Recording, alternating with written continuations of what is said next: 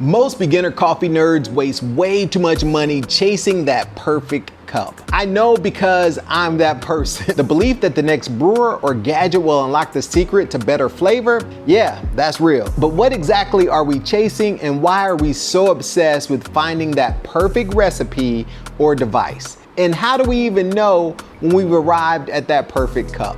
In today's video, I want to share some thoughts about this subject. Let's brew it.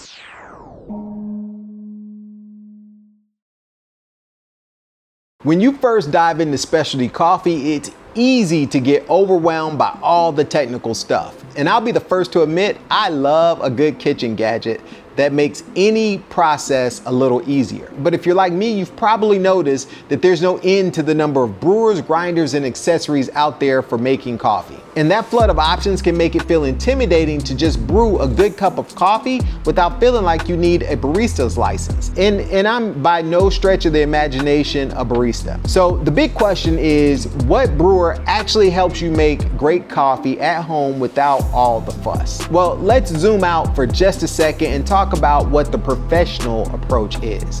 When the pros taste test coffee or process called cupping, they keep it super simple. 3 or more cups, freshly ground coffee beans at the same grind setting for each cup, hot water just off a boil or adjusted to the roast level, coffee water cup. Super simple. No filters, no gadgets, just coffee in its rawest, most honest form, unfiltered, pun intended. So then why all the brewers? If the professionals keep it simple, why do we have all these brewers on the market? Well, let me break it down. There are many different types of ways to make coffee. There's the immersion brewers, which are the French presses, the AeroPresses, the clever drippers, even cold brews. Then there's percolation or drip brewing, where water flows through the coffee. That's things like the V60, the Kalita Wave, the Origamis, the Chemexes of the world, or even a K-Cup as an example.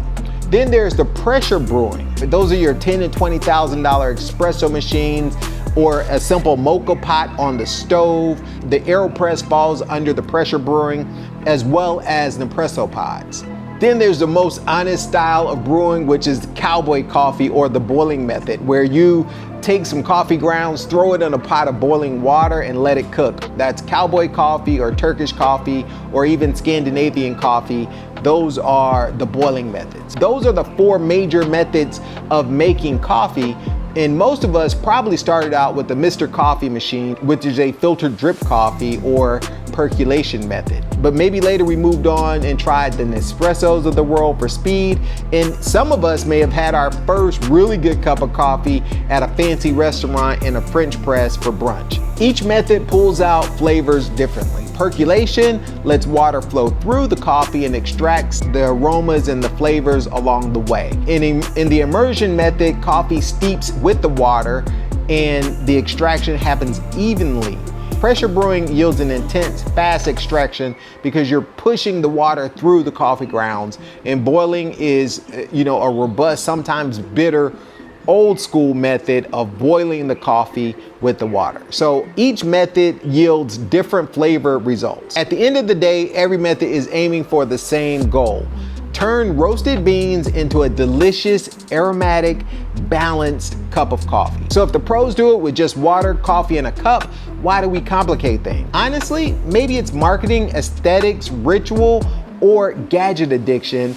I'm guilty on all accounts. But here's what matters most. The best brewer is the one that gives you the most consistent result and control over extraction. And extraction is simple. It's simply combining the ground coffee with the hot water for some amount of time to let the two mingle to result in the flavor in your cup. Control the contact time of the water and the temperature, and you've got your basics for good coffee. My evolution of coffee brewers started out with the Chemex. However, with the Chemex, it taught me time and patience and precision because I could dial in my water temperature, I could control the rate of pour, I could control my grinding, all of the things, all of the different elements I can control with just a Chemex. I then moved on to a V60 when I wanted smaller servings and more hands-on experience practicing the craft.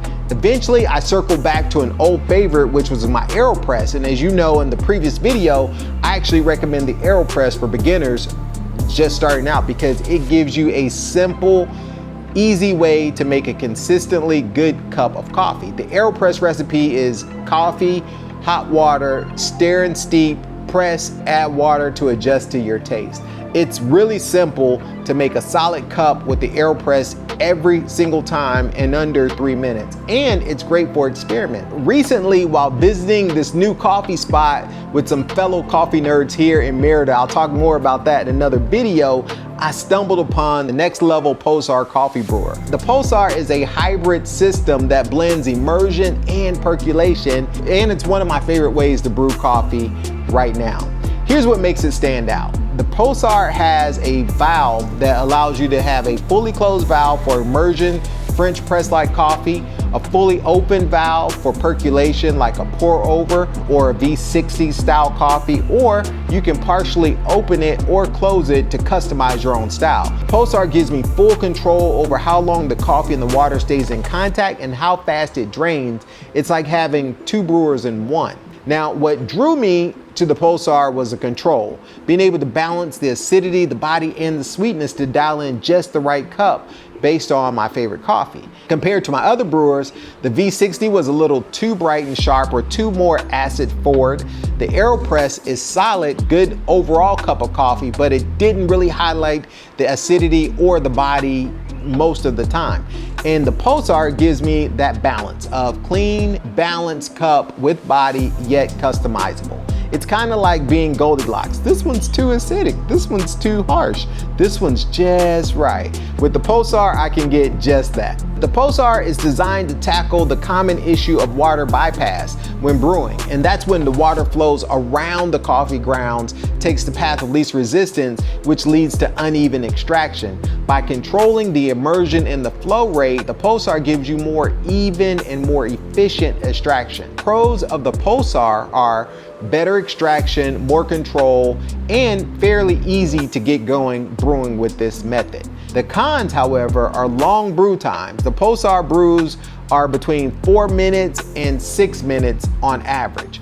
And it's harder to brew smaller quantities with the Pulsar. You can't brew a 12 gram dose of coffee as an example. You need to have at least, I brew with 24 grams of coffee in the Pulsar, and I think they recommend actually 30 grams of coffee. And the cleanup, while not awful, it's a little quirky. With the Pulsar, I find myself being really careful with how I dump the grinds, and also, you know, the cleanup of the inside of the container is a little bit more than with, you know, other methods like the AeroPress or even the V60 where I just dump the filter. I will also tell you I've had more than a few brews go sideways. A mistake that I keep making over and over again, normally it's with the first cup of the day, is I'll put the grinds in on the filter before I put the plastic piece in, which, you know, gives me a mess, long story short. The cool thing about the Pulsar though, no matter any of those mistakes that I've made besides the one where I spilled the coffee, I've had really good brews. Like the taste of the brews have still been consistently good. I feel like I'm getting better cups of coffee out of the Pulsar than I am with my AeroPress or my V60. What are your thoughts? Have you brewed with the Pulsar? Have you tried it yet? Do you think it's a good brewer for beginners? Or would you recommend something entirely different? Drop me your thoughts in the comments below. Different cup, same love. See you on the next one, Brew Crew.